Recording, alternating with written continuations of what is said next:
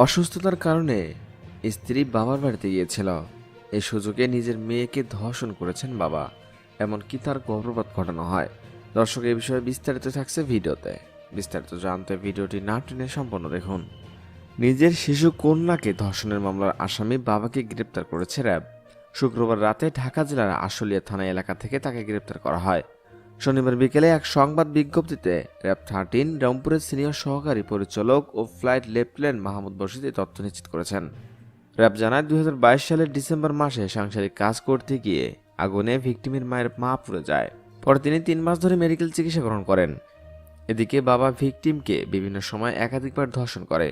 পরে ভিকটিমের মা চিকিৎসা শেষে বাড়ি ফিরে দেখেন তার মেয়ে কোনো খাবার গ্রহণ করলে সেটা বমি করছে। বিষয়টি সন্দেহ হওয়ায় ভিকটিমের মা ডাক্তারের কাছে চিকিৎসার জন্য নিতে চায়, কিন্তু বাবা আসামি তাকে বাধা দেয়। এক পর্যায়ে ভিকটিম তার মায়ের কাছে বিষয়টি খুলে বলে। এই বিষয়ে র্যাব আরও জানায়, ভিকটিমের বাবা ও তার সহযোগীরা এই ঘটনা ধামাচাপা দেওয়ার জন্য ভিকটিমের গর্ভপাত ঘটায়। পরে ভিকটিমের মা গত 1 জুলাই বাদী হয়ে ঠাকুরগাঁও জেলার সদর থানায় মামলা করেন। বিষয়টি নিয়ে র্যাব 13 ছায়া তদন্ত শুরু করে। এর ধারাবাহিকতায় গোপন সংবাদের ভিত্তিতে RAB 13, Dinajpur crime prevention company 1 এবং র্যাব 4 সবার সিপিসি 2 যৌথভাবে ঢাকার আশুলিয়া নাইরহাটি এলাকায় অভিযান চালিয়ে তাকে গ্রেপ্তার করে। গ্রেপ্তারি ইউসুফ আলী ঠাকুরগাঁও জেলার কামার ভোবলা এলাকায় আব্দুল সাত্তারের ছেলে। প্রাথমিক জিজ্ঞাসাবাদে তিনি ধর্ষণের কথা স্বীকার করেছেন।